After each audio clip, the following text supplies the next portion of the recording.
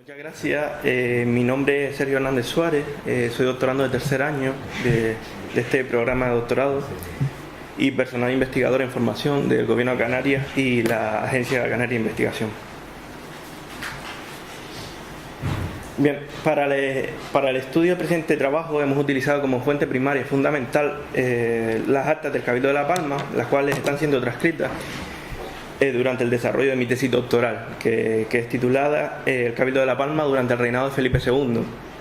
En concreto, en este trabajo se han utilizado las actas de los libros correspondientes al periodo, al intervalo 1559 a 1587, además de las actas que ya están transcritas y publicadas entre 1554 y 1553 y los protocolos notariales publicados por Luis Hernández Martín de La Palma. Antes que nada es necesario explicar que un mensajero a Cortes es aquella persona designada por el Cabildo de la isla para acudir a Castilla o al Consejo Real y además hacer llegar las informaciones al respecto por las que es mandado allí. También debe defender sus posturas, las posturas del Cabildo, de una manera continua durante cierto tiempo, con el fin de que la mayoría de sus peticiones se salden de manera satisfactoria. De hecho, en el propio poder que realiza el Cabildo, siempre se realiza un poder para que el mensajero acuda a Cortes. A la hora de designar, normalmente se explicita la cantidad de días que tiene que estar ocupándose de esta situación. Un ejemplo de ello aparece cuando en julio de 1555 Jorge Pinto, que es un vecino de la isla, es elegido para acudir como mensajero a Cortes, y en el poder se estima que se obliga a estar negociando en la corte de su majestad hasta 50 días continuos. Bien, hemos de decir que el primer documento que encontramos de una representación de mensajero a corte, al menos según las actas que están disponibles hoy en día, está fechado en 1505, cuando el Cabildo de Tenerife envía al bachiller Juan Guerra a representar en corte. Para las islas de Realengo, generalmente el encargado de acudir como mensajero es un miembro del propio Consejo, elegido mediante votación en una sesión capitular o en varias, cuando los regidores no se encontraren en la misma sesión, que es bastante frecuente. Así, si para las islas de Tenerife y Gran Canaria la mayoría de las veces acude como representante el personero y en detrimento iría un regidor, para La Palma hemos encontrado que la mayoría de las veces acudirán los regidores, dándose el caso de que en ciertos momentos la totalidad de la composición cabildicia para la segunda mitad del siglo XVI haya acudido al menos una vez como representante en corte del Consejo de La Palma. De esta manera, la frecuencia con la que el Cabildo de La Palma envía mensajeros a corte, al menos durante este periodo, se desarrolla con bastante asiduidad, pero podemos afirmar que existen varios años en los que se desarrolla con más asiduidad, aún si cabe, como ocurre en el caso del conflicto entre el Cabildo de La Palma y el juez de India, Francisco de Vera, que veremos posteriormente. Con lo que sí decimos que se trata de un viaje bastante costoso para el Cabildo, entendemos la inagotable cantidad de temas que hay que tratar en una isla que hay que recordar que tiene un tránsito comercial bastante importante durante el siglo XVI, incluso más que las otras islas de Realengo. Incluso en el periodo 1554-1556 encontramos que uno de los regidores de la isla, Domingo García, y teniente en un breve periodo de tiempo por cuestiones circunstanciales, llega a ser mensajero varias veces consecutivas, incluso en un mismo año, 1555, con lo que supone ir a corte, ir y volver en un mismo año, una misma persona. Mención aparte merece la cuestión de la creación del Juzgado de Indias en Canarias, que se trata de una institución directamente dependiente de la Casa de Contratación de Indias en Sevilla, y por la cual se controlaban todos los navíos y las exportaciones que salen desde el archipiélago en dirección a las Indias. Aunque en un primer momento Gran Canaria toma en cierta medida la delantera para solicitar el privilegio del establecimiento del Juzgado de Indias en la isla de Gran Canaria, lo cierto es que cuando el Cabildo de La Palma tiene noticia de ello, apela a su procurador en corte, que en este momento es Tristán Calvete, para que enumere al Consejo Real los enormes daños y las pérdidas que supondría que se estableciera aquí en Gran Canaria, pues hay que recordar que los navíos del Cabildo de La Palma deberían venir aquí a la oficina del Juzgado de Indias, hacer relación de todas las exportaciones que van a acudir que van a enviar a las Indias y posteriormente continuar su viaje.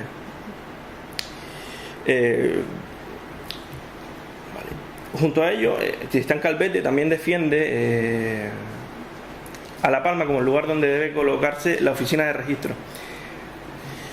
Consideramos que la buena defensa de este Tristán Calvete en todo ello da sus frutos cuando en 1564 se establece el ansiado Juzgado de Indias en la isla Palmera, que, repetimos, mantiene la exclusividad del registro de toda la producción que desde el archipiélago se embarca con dirección a las Indias.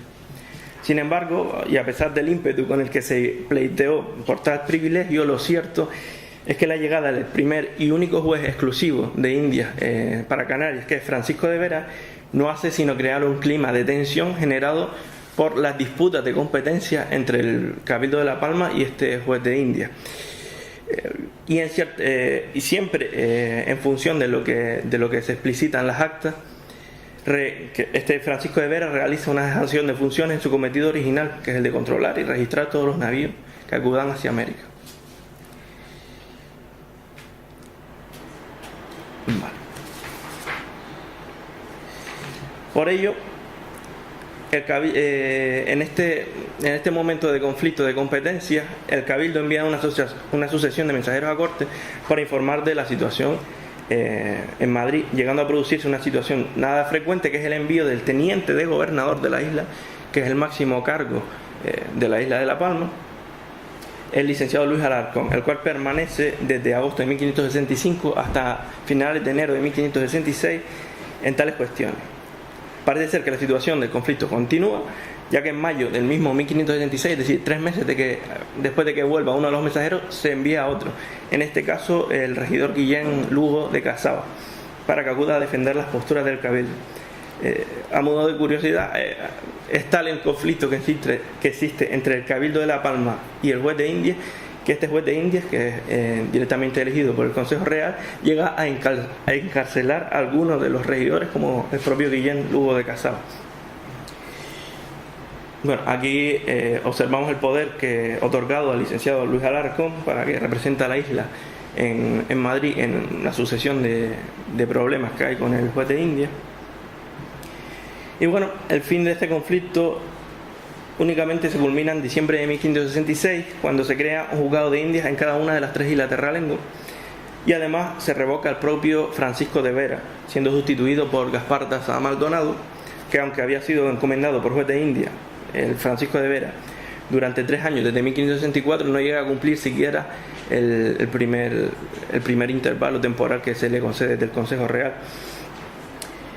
Por lo que consideramos que el envío de los representantes palmeros, de los mensajeros a corte, es muy importante en cuanto a que consiguen su cometido, que es expulsar a Francisco de Vera del Juzgado de Indias, y con ello en teoría finalizarían los problemas al respecto, pero por contra también observamos que la exclusividad que mantiene la oficina del juez de registro de Cabildo de La Palma se pierde en diciembre de 1566, porque, como decimos, se crean las otras oficinas en Gran Canaria y en Tenerife. Y bien, en cuanto a conclusiones, en definitiva nos encontramos con un oficio de representación, el de mensajero a corte, que no es permanente, sino que en el momento en el que por decirlo coloquialmente, en el momento que hiciese falta, se precisa enviar un mensajero a corte, se elige por parte de los miembros del Cabildo, esto es la justicia y el regimiento que serían los que tendrían el voto en este caso. Podemos afirmar que el envío de mensajeros se postula como una situación para nada extraordinaria, se produce con una asiduidad, como ya decíamos, que prácticamente la mayoría de los años aparece un mensajero a corte, e incluso años en los que aparecen 2 mensajeros a corte. Entre esos momentos, los momentos de más asiduidad, destacamos el momento del conflicto por la ubicación del Juzgado de Indias y el momento posterior del conflicto con el propio juez de Indias. Y para terminar, y he dejado esta idea para el final, generalmente para el caso del Cabildo Palmero, el elegido es un regidor, como decíamos, aunque en situaciones excepcionales acude, por ejemplo, mayordomo del pósito, escribano e incluso teniente de gobernador. En todas las situaciones al respecto, observamos la importancia del mensajero a la hora de defender las posiciones del Cabildo. Y ello se encuentra reflejado en las propias actas del Cabildo, en las que los regidores afirman que cuando acude uno de ellos, los asuntos se encuentran mejor defendidos en cuanto a que se saldan un mayor número de asuntos de manera positiva. En este caso, esta es una opinión del regidor Luis Álvarez ante la posibilidad de que Lope de Vallejo, que es un escribano público, acuda a corte en 1585. Y la opinión de Luis Álvarez aparece aquí, con esto termino. Las veces que el Cabildo de esta isla ha enviado por mensajero a personas de fuera del Cabildo, se han perdido los negocios y no se han negociado tan bien como las veces que han ido regidores por mensajero. Esto es de enero de 1585. Y yo con esto finalizo. Muy bien, muchas gracias. Estás ajustado. Sí, estaba aquí. Al tiempo. Vale. Bueno, vamos a ver. ¿Alguno de ustedes querría alguna aclaración? Bueno, pues yo te voy a formular las preguntas pertinentes. Sí. En principio, quiero insistir en el tema del artículo, que no sé si esto dará pie. ¿Esto va a ser el artículo? El artículo es otro, el que presenté el año pasado. Este es otro artículo. El artículo ya lo tienes. Sí, con Manuel Lobo, sí. Con Manuel Lobo, y lo tienes ya está preparado para anuario. En este número último, próximo va a salir. No, en el próximo no. Está pendiente de revisión todavía. Ah, vale. Pero está. Bueno, pero está. parece que va a salir. Sí, sí, va a salir. Escribir un artículo es muy difícil. No quiero asustarles, pero es difícil. No es lo mismo que presentar una comunicación en un coloquio como este. Escribir un artículo requiere tenerlo muy claro, tener los objetivos. En el artículo hay que aplicar el esquema que se hace en una tesis doctoral. Y además va a ser sometido a revisión. Y depende de quién sea el revisor, que les busquen o no les busquen las cosquillas al artículo. Porque pueden decirles que no es una aportación. Porque, por ejemplo, vamos a ver, el tema de los mensajeros. No se sabía esto que de Tenerife, de La Palma, perdón. Es una aportación totalmente novedosa. Sí. Sí, en cuanto a que no hay un compendio en relación al oficio de mensajero a corte. Bien, pero no llega a institucionalizarse como tal. No.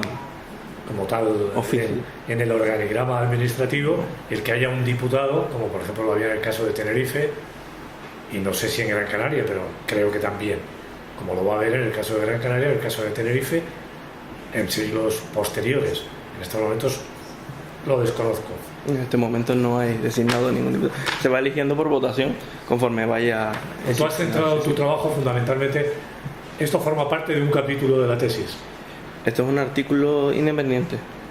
Pero esto no lo vas a tratar en la tesis. Sí, sí, también, claro. ¿Y en qué capítulo estaría? Porque hay que recordar, cuando uno entra aquí hay que recordar la estructura de la tesis que uno tiene. Y tratar de indicarnos, bueno, pues esto estaría, vamos, sería bueno que nos recordaras, bueno, tu tesis, yo sé que la parte básica es la transcripción en esa letra endemoniada de las actas y sobre todo además el estado de conservación en el que se encuentran, que muchas veces es malísimo. Pero bien, dentro de eso, esto es un aspecto parece que importante, porque conseguir el juzgado, si eso se hubiera consolidado, le hubiera dado a La Palma una presencia en el comercio americano mucho más importante que la que va a tener a posteriori. Exacto. Por lo tanto, yo creo que eso habría que, en la retórica de la presentación, habría que a lo mejor haberlo reforzado. Porque el que se solucione creando 3 juzgados, pues es repartirlo, y por lo tanto, eso que aspiraba, ¿tenía La Palma la suficiente consistencia? Que es el argumento que yo utilizaría si esto fuera un artículo. ¿Tendría La Palma suficiente consistencia desde el punto de vista económico, desde el punto de vista de la negociación política, para consolidar lo que parece un logro de uno de esos mensajeros porque se movió muy bien en la corte, o porque en la corte todavía no valoraban suficientemente lo que significaba poner el juzgado de La Palma? Bueno. O sea, igual que has trabajado en la tesis trabajas con hipótesis, en este mismo trabajo hay que trabajar con hipótesis y hay que tratar de validarlas. En un artículo siempre hay que plantearse, bueno, pues quiero decir esto y lo quiero fundamentar de esta forma. Entonces hay que validar esa hipótesis inicial, hay que acostumbrarse a trabajar así. Y por ejemplo, otras regiones de España, que no tienen por qué ser insulares, tienen diputados o mandan mensajeros a la corte para sus problemas. Sí. Bueno, pues ese enfoque historiográfico lo deberíamos tenerlo en cuenta, aunque no lo hayas desarrollado aquí. Bueno, son sugerencias a la pluma, según lo que te he escuchado y sin haberlo leído. En fin, tampoco te las tomes como... No. Yo únicamente digo que el trabajo trata de explicar lo que es el proceso, por ejemplo, dentro del artículo que se va a realizar para la elección, el pago que se realiza, el mensajero, etcétera, etcétera. Y considere que uno de los momentos clave es el tema del juzgado de India. Pero que en teoría no se centraba en eso, sino en el concepto del mensajero, la importancia. Eso está entendido, pero fíjate, si lo hubieras intentado dar, no ser tan humilde y limitarte al análisis factual de esto y esto, que es muy útil y el que lo oye se entera perfectamente, sino que tratas de superar. En un artículo hay que tratar de superar eso, porque si no te van a decir, usted está haciendo un tipo de historia muy tradicional, muy pegado al documento, tiene usted que respirar un poco más. Dependiente de que yo valoro que en tu tesis tiene mucho de paleografía y que por lo tanto quizá la parte más importante es esa, pero ya que estás sacando estos temas, pues a ver, bueno, se entiende lo que te estoy diciendo. Perfectamente. Pues a ver si consigues mejorar ese artículo y es un poco más... No, en teoría este artículo en principio es un esbozo de lo que se puede hacer, porque vale. El tema da para muchísimo. Vale. Estamos hablando de que no hay nada publicado en ninguna de las tres islas terrales sobre este tema. Entonces, como figura institucional no, pero que aparezcan los diputados yo lo he visto muchos. Sí, pero en el 16 por lo menos no, porque tengo noticias que, por ejemplo... Yo conozco más el 18. Exacto. A finales del 16 tengo noticias de elecciones de diputados en Gran Canaria. Pero tú fíjate qué sentido podría tener. Vamos a ver, si tenemos un diputado, un mensajero, quiere decir que todavía no hay una cohesión institucional en el archipiélago con un comandante general o con una figura general, que eso es lo que parece que es. Tanto esos planteamientos generales hay que... Vale. Dados los datos concretos que tú has conseguido y que los has manejado, hay que saberlo luego contextualizar. Perfecto. Vale, muy bien. Perfecto.